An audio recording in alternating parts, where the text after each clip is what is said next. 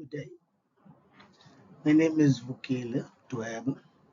I'll be conducting a presentation of one-dimension hydraulic flat modeling simulation using HECROS software within 4 different scenarios on the Pongola River.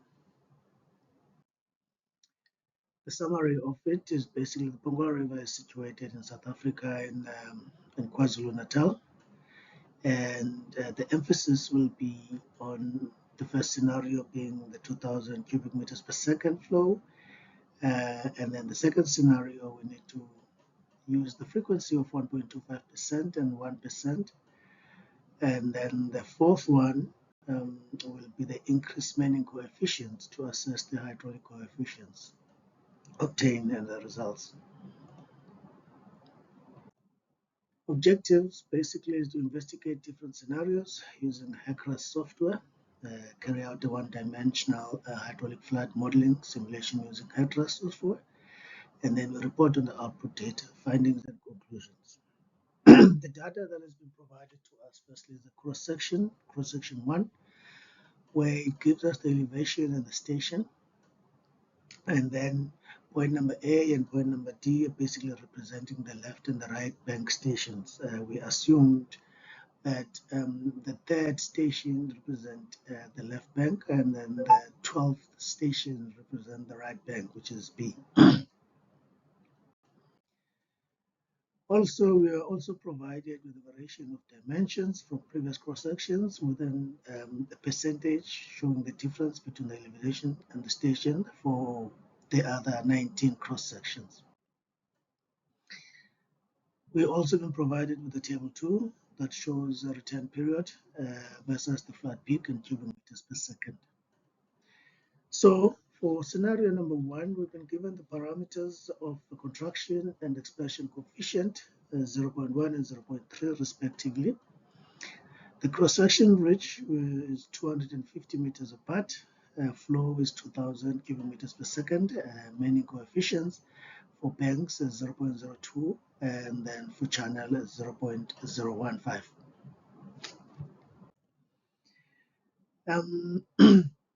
The output table that we've received when we're doing the scenario 1, basically, if we look at the velocity, our velocity starts increasing from the upstream to about at station 1250, as high as 5.17 meters per second, and then from there it starts dropping towards the downstream to around about 4 or 4.4. Together with that, we look at the fraud number, which is mostly 1, and then the most figures that we see is just that my head is hiding this whole thing. The most figures of the fraud is basically a subcritical, which is below 1, and then some of the areas it's 1, which is critical, and very few stations that are rising to about 1.01, which we can say probably is about supercritical. This next slide is basically showing us a 3D model, isometric, which is just basically just giving us the levels of the water from the upstream to the downstream, and also how it relates to the banks of the channel itself. The profile, it shows the water level. If you see the water level from the upstream, as you approach 2.75, station 2.75, the water level starts increasing a little bit, which is just after station 3000, and also it goes back, and as it approaches towards the downstream from about 1250, it also starts increasing a little bit, approaching the station 0, which is the downstream of it. And also you will notice that the gradient, as it goes down to between 1250 and 0 station, it starts being more level in a way, and that's where the water level starts increasing a little bit. This one shows the levels of water. You will have, for each station, you will have a different cross section like this one, which shows different levels of water. For scenario two, we had to calculate the exceedance, sorry, for us to find out the number of years for the 1.25 probability of occurrence. The 1%, based on our calculations, it proved that it was for 100 years. So based on the table 2 that we were given, we know the flow for 100 years. So we did not know the flow of 80 years. So we had to calculate it using the formula that is shown there. And then we found that the flow at 80 years is about 10,760 cubic meters per second. So now the scenarios that we have are 2, 1, we need to use the flow of 10,760. The other one is for the 100 years, which is 11,200. So this is the first one for 80 years, which is 10,760. On this one, we see when we compare to scenario 1, is that the velocity has actually increased a lot from the previous one. Remember that we had about, I think the highest was about 5.11 velocity on scenario 1. Right now, the velocity is bouncing between 5 up until 7.69, which is pretty close to 8 meters per second.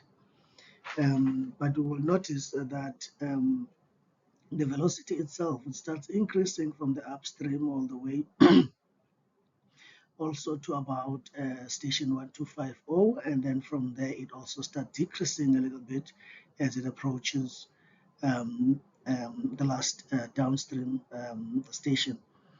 But of course, in parallel with that, the flow area also, you can see that from scenario 1, and the top width also changes and increases as the velocity increases. So and then when you look at the Froude number, also we are starting to see a lot of criticals and supercriticals are actually pitching up, which are above 1, but we still have a lot of subcritical which are below 1 also on this scenario. So there is a change on the Froude number. It increases, but it doesn't get to that point of actually changing the entire a system into a supercritical or critical. It's mostly the subcritical, but on higher levels closer to critical.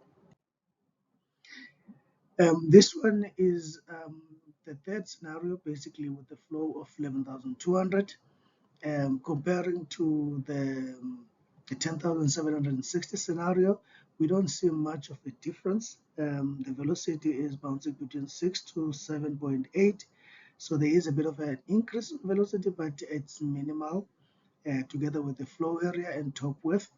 Looking at the Froude number, comparing to the previous scenario, we don't see much of a difference either, but all we can observe is that with the increased velocity from comparing to scenario 1, we see a lot of increase on velocity and flow area and top width, and also the Froude number. This is the 3D for scenario 2 with the 10,760 cubic meters per second. As you can see that as it approaches from the upstream going to downstream, the flow levels start increasing at about 2750, and then it also goes back again and then increases again at about 1250. The water level starts increasing as the velocity decreases. In the higher upstream levels, so you will see that the velocity is high, but the water levels are not as much. But as they approach downstream, they start increasing. And the profile also shows the same if you start comparing with scenario 1. As you approach the level where the gradient is a little bit flat and also at about 2.7, you'll see that it shows that the levels are starting to increase a bit drastically as it approaches the downstream, but the upstream, it's not that much. All the cross sections, of course, will show the increase in levels. This is just an example of one, which is a 2754, where I said the levels are increasing from the profile. So I took a section of it to show you that the levels are actually increasing and starting to spill over the banks, as you can see. Sorry about that. And then we had to look at scenario 3. On scenario 3, we were informed that the meaning coefficient increases by 59% for the banks and 87.5% for the channel. So those are the calculations. And then we came up with the new meaning coefficients of 0.032 and 0.028 for the channel. Having incorporated this from scenario 1 parameters, we realized that sorry about that. We realized that the velocity doesn't change that much as compared to scenario 1 up until it gets to about station of 1250, where the velocity drops drastically as it approaches the utmost downstream, which is station 0. And also, basically the higher meaning coefficient basically increases the friction that reduces the velocity as it approaches the downstream. Having said that, the same is actually noticeable on the flow area, where the flow area is the same up until it reaches the station of about 1250 till 0, where the flow area increases on this scenario with the higher meaning. And basically, when the velocity starts dropping, the flow area starts increasing. And then if you look at the Froude number also has the same changes. It's the same, nearly the same up until station 1250, and then when it reaches 1250, the Froude number start increasing, approaching the number 1, which is critical. So it is still falling under subcritical at this point in time, but the Froude number start increasing a lot, going towards 1, which is a critical level of it. This is the 3D model that's basically showing us the levels of water. If you compare it with scenario 1, you will find that the water levels are not that much different. But as I said previously, when you approach station 1250, you see that the water levels are starting to increase. But if you compare to the previous scenario 2 and 3 with the higher flow, you will see that the water levels have dropped drastically on this 3D model from there. This is the profile basically that is showing you the water level in more dense area, but you see that as you approach the downstream, like I said previously, that the gradient is starting to be level, your water level is starting to increase a bit. That is where the velocity is starting to decrease, and that causes the water level to rise a bit. But if you compare to scenario 2 and 3 with the higher flow, you will find that the water level has actually dropped drastically. Those are the cross-section scenarios. As you can see, I chose the very same one, 2754 that I had on scenario 2. And you will see now that the water levels are no longer reaching out into the side banks. They've decreased drastically with a higher meaning, but with a lower velocity. So the findings, like I've been saying on the previous slides, was that on scenario 1, the velocity is gradually increasing from upstream towards downstream until the river station 1250. It takes a bit of a dip up until station 0. Basically, the water flows from upstream to downstream. The Froude number, we noticed that mostly we have subcritical, which are below 1. In some areas, we do get critical, like between station 4000 and 3000. Supercritical is far less. We are seeing it between 2000 and 1250. Which is just a little bit above 1, which is 1.01, I think. And you will notice that our 3D plot, which shows the isometric view of the actual channel arrangement, and it gives us a little bit of a view in terms of the levels of water, and then also the profile plot in the water upstream, and about 3,000 to 2,000 towards downstream, it increases, and then it drops again to at most downstream to 0. And then the water surface profile section will show the different levels in each section, of course. And then when we move to scenario 2, what we've noticed in scenario 2 was that with the increased flow, the velocity is increased a lot, because we saw that the difference is about more than 2 meters per second in terms of the velocity from scenario 1. And of course, the Froude number also changes a little bit from the previous one. We still see a subcritical, but with higher levels, and also the critical, which are values above 1, they're also starting to pitch up a little bit more. And also the supercritical are also pitching up a little bit more than scenario 1. The 3D model shows the water levels have increased together with the profile plot. It shows that the water levels are starting to increase with the higher velocity that we have, and the water flow. The scenario where we had flow of 11,200, we saw that it's not much different from the previous scenario with 10,760, but compared to scenario 1, the differences are the same as the previous one, but as you increase the flow, even if you increase it by a little bit, you will see a difference in terms of velocity, the flow area, and also the Froude number. Scenario 3, where we adjusted meaning coefficient, what we realized was that the velocity does not change much from a scenario 1 using the same parameters. But as you approach the downstream from station 1250, the velocity there changes and it drops drastically on scenario 3 with the change meaning. Basically, that shows an increase on the friction and it drops the velocity. And with that being said, it increases the flow area on those areas by close to 1.5 times scenario 1. The top width also does the same on scenario up until 1,250, where it increases about 1.5 in scenario 1.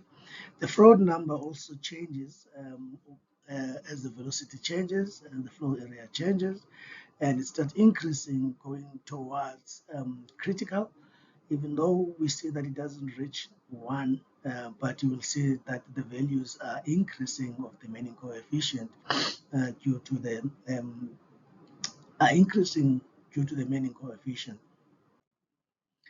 So the conclusion is that the simulation shows that around 3,000, station 3,000 to station 2,000, and also between station 1,000 and downstream station, which is 0, there's a rapid decrease in velocity. Initial grade of the river station 0 to 1250 is a bit flat, and the grade increases again from 1250 to the upstream, which is 4750. And then the other observation is that when the water velocity increases, the flow area, that's a mistake there. When the water velocity increases, the flow area decreases together with the top width. But when the water velocity decreases due to an increased meaning coefficient, the flow area increases. The simulation also shows that when the flow increases, the velocity increases drastically, and then the flow area and the flow numbers also decreases.